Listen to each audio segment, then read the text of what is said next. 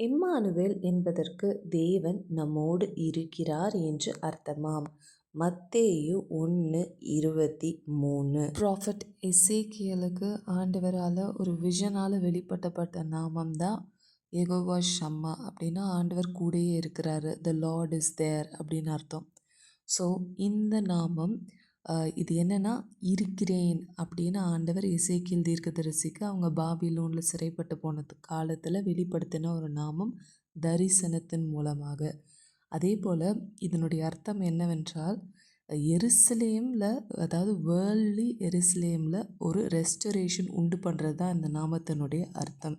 So அதனால தான் இருக்கிறேன், இருக்கிறார் அப்படின்ற நாமத்தினால ஏகோவா தேவனாகவும் ஆண்டவர் இம்மானுவேலராக நம்மோடு, பழைய ஏற்பாட்டில் கர்த்தராகவும் புதிய ஏற்பாட்டில் தேவனாகவும் நமக்கு வெளிப்படுகிறார் இயேசுராஜா.